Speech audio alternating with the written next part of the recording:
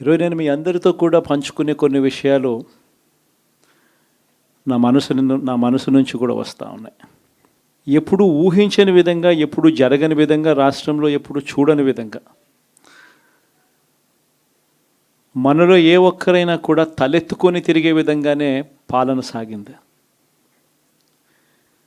రాష్ట్ర చరిత్రలో ఎప్పుడు జరగని విధంగా ఏకంగా 99% మేనిఫెస్టోలో చెప్పిన హామీలను అమలు చేసి ప్రతి ఇంటికి కూడా ఆ మేనిఫెస్టోను తీసుకొని పోయి, అక్క మీరే టిక్కు పెట్టండి, ఇదిగో మా మేనిఫెస్టో, ఎన్నెన్ని జరిగాయి, ఏమేమి జరిగాయి అని మీరే టిక్కు పెట్టండి అని చెప్పి వారి చేతికే మేనిఫెస్టో ఇచ్చి వారి చేతనే టిక్కు పెట్టించి మరీ వారి ఆశీస్సులు తీసుకుంటూ ప్రతి గడప తిరిగిన పరిస్థితుల మధ్య ఈరోజు కలుస్తూ ఉన్నాం. ఇంతవరకు రాష్ట్ర చరిత్రలో ఎప్పుడూ కూడా ఒక మేనిఫెస్టోని ఇంత సీరియస్గా ఎవరు తీసుకున్న పరిస్థితులు ఎప్పుడూ లేవు. ఎన్నికలప్పుడు ఏదో పెద్ద పెద్ద బుక్కులు ప్రింట్ చేసేవాళ్ళు, పెద్ద పెద్ద మాటలు చెప్పేవాళ్ళు. ఎన్నికలు అయిపోయిన తర్వాత మేనిఫెస్టోలు చెత్తబుట్టలో పడేసే పరిస్థితి. మొట్టమొదటిసారిగా రాష్ట్ర చరిత్రలో ఎప్పుడు జరగని విధంగా ఒక ముఖ్యమంత్రి కార్యాలయానికి వస్తే మేనిఫెస్టో కనిపిస్తుంది. కలెక్టర్ కార్యాలయంలోకి వెళ్తే అక్కడ కలెక్టర్ కార్యాలయంలో మేనిఫెస్టో కనిపిస్తుంది. ఏ డిపార్ట్మెంట్కి వెళ్ళినా కూడా ఆ డిపార్ట్మెంట్లలో హెచ్ఓడీలు కానీ, సెక్రటరీలు కానీ ఎక్కడికి వెళ్ళినా కూడా వాళ్ళ కార్యాలయాలలో మన మేనిఫెస్టో కనిపిస్తుంది. ప్రతి డిపార్ట్మెంట్కు, ప్రతి కలెక్టర్కు ఈ మేనిఫెస్టో పెట్టి, ఇదే మన ఎజెండా, ఈ ఎజెండా ఆధారంగానే పాలన సాగుతుంది అని వారందరినీ కూడా మొట్టమొదటి రోజు నుంచి కూడా సమాయత్తం చేసి ఏకంగా 99% హామీలను అమలు చేసి గర్వంగా, సగర్వంగా తలెత్తుకొని మళ్ళీ ప్రజల దగ్గరికి వెళ్ళి ఓట్లు అడిగే పరిస్థితులకి మొట్టమొదటిసారిగా ప్రభుత్వం అడుగులు వేసింది ఈ మన 5 సంవత్సరాల కాలంలోనే. నిజంగా ఇది జరిగినప్పుడు, చూసినప్పుడు నిజంగా ఆశ్చర్యం అనిపిస్తుంది. ఎప్పుడు చూడని విధంగా ఏకంగా 2,70,000 కోట్ల రూపాయలు, ఎప్పుడు జరగలే ఇది. ఏ పథకం ఎప్పుడు ఇస్తామో, ఏ నెలలో ఇస్తామో ఏకంగా క్యాలెండర్ ముందే ప్రకటించి, ఆ సంవత్సరానికి సంబంధించిన క్యాలెండర్ ముందే ప్రకటించి, ఆ నెల వచ్చేసరికి ఆ బటన్ నొక్కడం,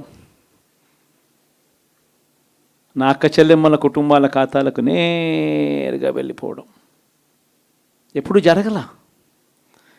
నిజంగా ఒక్కొక్కసారి అనిపిస్తుంది, ఏమయ్యాయి ఆ ప్రేమలు, ఏమయ్యాయి ఆ ఆప్యాయతలు అని ఒక్కొక్కసారి అనిపిస్తుంది. 66 లక్షల మంది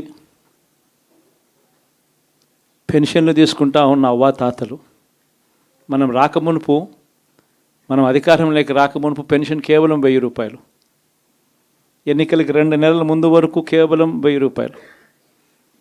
మనం ఏకంగా దాన్ని 3,000 రూపాయలకు పెంచుకుంటూ పోయాం.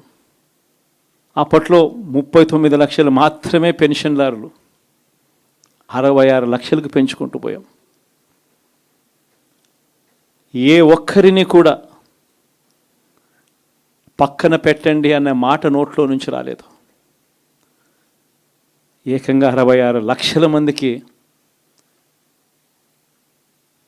ఇంటి వద్దకే, మొట్టమొదటిసారిగా ఇంటి వద్దకే వెళ్ళి వాళ్ళ బాధలు తెలిసిన వ్యక్తులుగా వాళ్ళ చేతికి అందించి వాళ్ళ ఆశీస్సులు తీసుకున్నాం.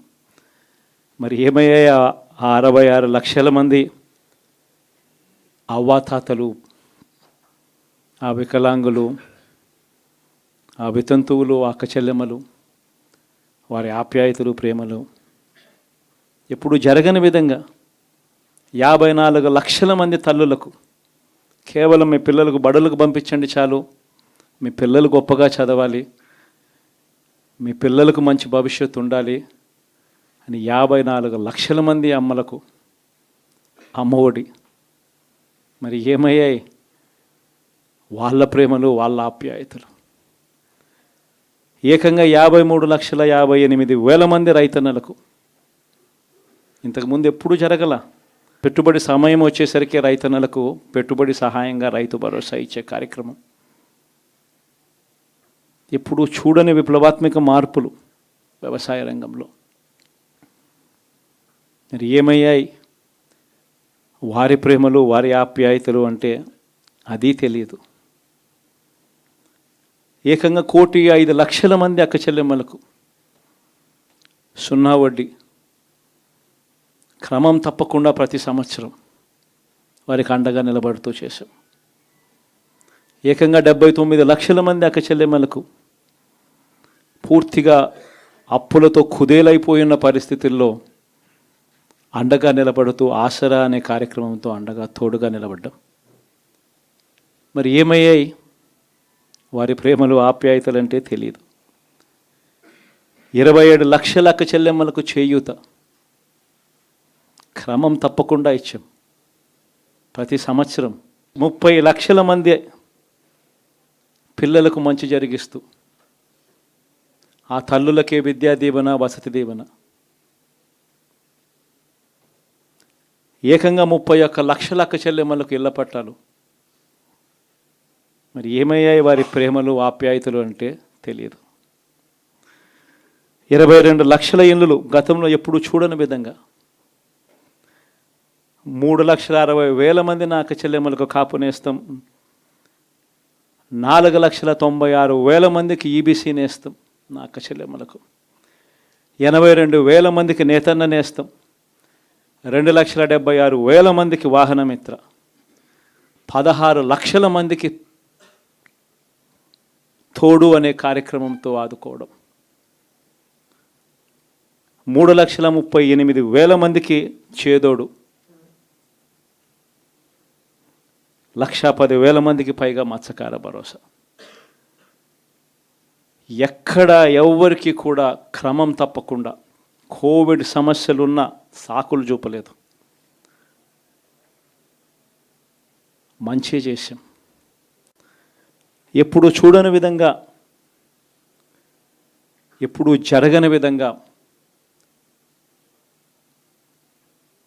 పేదవాడు అనేవాడిని పేదరికం నుంచి బయటికి పర్మనెంట్గా తీసుకొచ్చే దానికోసం అడుగులు పడ్డాయి. అది జరగాలి అని అంటే క్వాలిటీ చదువుల వల్లే జరుగుతాయి అని చెప్పి మొత్తం విద్యారంగాన్ని మార్చాం. 3వ తరగతి పిల్లాడికి టోఫుల్ క్లాసులు, టోఫుల్ పీరియడ్, ఇంగ్లీష్ మీడియం బడులు,